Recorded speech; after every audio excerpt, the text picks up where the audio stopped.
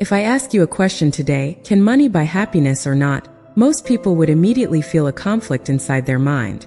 Because this is not just a simple question. It is one of the most debated and emotionally charged questions in human life. Some people strongly believe that money is everything. They say without money there is no freedom, no comfort, and no real happiness. On the other hand, there are people who confidently say that money can never buy real happiness, no matter how much you have. So who is right? Today, from this inner guide discussion inspired by Buddhist teachings, we are going to explore this deep question in a very simple and practical way. Not through theory, but through real understanding of human life, human mind, and human suffering. Let's find out the truth. First of all, we need to understand something very important. Money itself is not good or bad. Money is simply a tool. A very powerful tool that exists in this world. And like every powerful tool, its impact completely depends on how it is used. When money is used in a harmful or unskillful way, it often leads to destruction. It can create greed, ego, conflict, and even long-term suffering. History and real life both show us that when people chase money without wisdom, they often end up feeling empty even after gaining it. But when money is used in a normal and balanced way, it can provide comfort. It can give you food, shelter, safety, and a stable life. These are essential for survival in the modern world. So yes, money can definitely support your external well-being. However, there is still another deeper level to understand. When money is used with wisdom, mindfulness, and compassion, it can even support a meaningful and peaceful life. It can help you reduce suffering, support others, and create positive experiences. But even then, money itself is not the source of true happiness. Now let's go deeper. Many people in this world use money for different purposes. Some use it for harmful actions, driven by greed or desire for power. But if we observe carefully, the final result of such actions is never peace. It often leads to stress, anxiety, fear of loss, and emotional emptiness. No matter how successful someone becomes financially, if their mind is not peaceful, they cannot experience true happiness. Then there is another group of people who use money in a very common way. They spend it on material pleasures. Things like expensive clothes, luxury cars, modern gadgets, beautiful houses, and fine dining experiences. First, it feels like happiness. When they buy something new, there is excitement. There is a temporary joy, a kind of emotional high. But if we look deeply, that feeling does not last.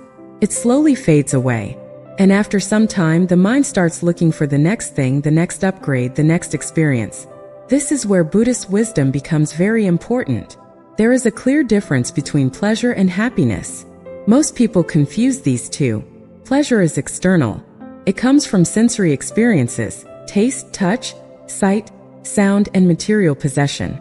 Happiness, on the other hand, is internal. It comes from a peaceful, stable, and content mind. Pleasure is temporary by nature. It is designed to change. For example, imagine eating your favorite food. The first few bites feel amazing, but after you finish eating, that experience is gone. It cannot stay with you forever. Or imagine driving a luxury car. First, it feels exciting, powerful, even proud. But after a while, that feeling becomes normal. Your mind adapts and the excitement disappears. This is how all material experiences work. They rise, they peak, and then they fade away. And because they fade away, the mind becomes restless again. Starts craving something new, something bigger, something better. This constant cycle of craving and satisfaction creates a hidden form of suffering. So even though money can buy comfort and pleasure, it cannot create lasting happiness. Because everything it buys is impermanent. And anything that is impermanent cannot be a stable foundation for true happiness. When the pleasure disappears, the mind does not feel complete. Instead, it often feels empty or unsatisfied. That is why many people, even after achieving wealth and success, still feel a deep sense of something missing inside. According to Buddhist understanding, this is the nature of attachment. When we attach our happiness to external things, we are depending on something that we cannot control. And anything we cannot control will eventually change or disappear. So what happens at the end of all this pleasure? We experience dissatisfaction. Subtle or sometimes very strong suffering arises. Not because money is evil, but because we misunderstood what money can and cannot do. But now comes the most important question. If money and material things cannot give us true happiness, then what actually can? There is a way to use money and life in a completely different direction, a way that does not trap us in endless desire, but instead supports inner peace, clarity, and genuine happiness. And this is where the deeper teaching begins. How do we actually transform our relationship with money so it becomes a support for happiness instead of a source of craving? When we truly reflect on life, there is something very powerful we begin to notice. Imagine this simple situation. You take your money and buy something meaningful, but instead of keeping it only for yourself, you choose to give it to someone who is in real need. For example, you go to a market, buy food, and offer it to a person who is suffering from hunger. Or you purchase clothes, necessities, or small gifts, and give them to someone who is struggling in life. Now pause for a moment and observe what happens inside your mind. There is a feeling, a warm, quiet, deeply satisfying feeling. A sense of inner joy arises naturally without force. This is not the excitement of buying something for yourself. This is something deeper. You feel genuinely happy. And interestingly, this kind of happiness does not disappear quickly. It stays in your memory. It becomes a meaningful emotional imprint in your heart and mind. This is what Buddhist wisdom often points toward. Joy born from generosity, kindness, and compassion. When you act with generosity, you are not just helping others. You are also shaping your own mind. You are planting positive impressions that remain with you for a long time. These impressions become what many traditions call merit, not as a material reward, but as inner strength, clarity, and peace of mind. And over time, these moments build something very precious, a life filled with meaning.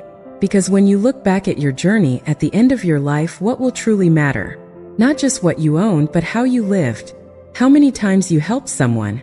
How many moments you chose kindness over selfishness? How many times your money became a bridge of relief for someone else's suffering?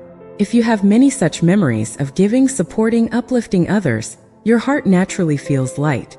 There is no regret. There is peace. That is a different kind of happiness, a lasting kind. But again, we must be very careful not to misunderstand something here. This does not mean that all material things are bad, or that money itself is the enemy. The real misunderstanding happens when we confuse pleasure with happiness. All material comforts, luxury items, beautiful possessions, entertainment, and physical enjoyment can bring pleasure. That is true. They can make life comfortable, enjoyable, and even exciting for a short time. But they are impermanent by nature. And anything that is temporary cannot become the foundation of lasting happiness. When those external pleasures change or disappear, the mind naturally experiences dissatisfaction. Sometimes it is subtle, sometimes very intense, but it is there. However, when money is used with wisdom, everything changes. When you use your resources not only for yourself but also to help others, to support people in need, to uplift someone who is struggling, to inspire kindness in the world, then money becomes something far more meaningful. It becomes a tool of inner growth. It becomes a way to reduce suffering, not just in others but also within yourself. Because every act of generosity softens the mind. It reduces greed, ego, and attachment. It creates space for peace to grow naturally. And that is where real happiness begins to appear, not as a temporary emotion, but as a stable state of being.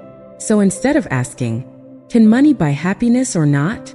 The deeper question becomes, how am I using my money? Because money itself is neutral. It does not create happiness or suffering on its own.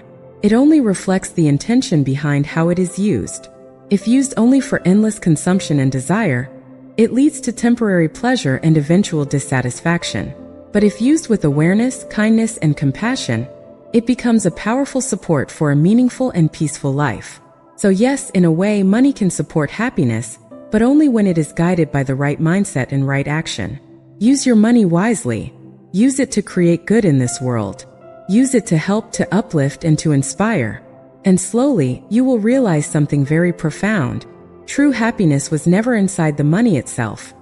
It was always inside the mind that knew how to use it. This is the teaching. This is the understanding. From all of us here at Soft Zen Mind, may you find clarity, compassion, and real inner peace in your life.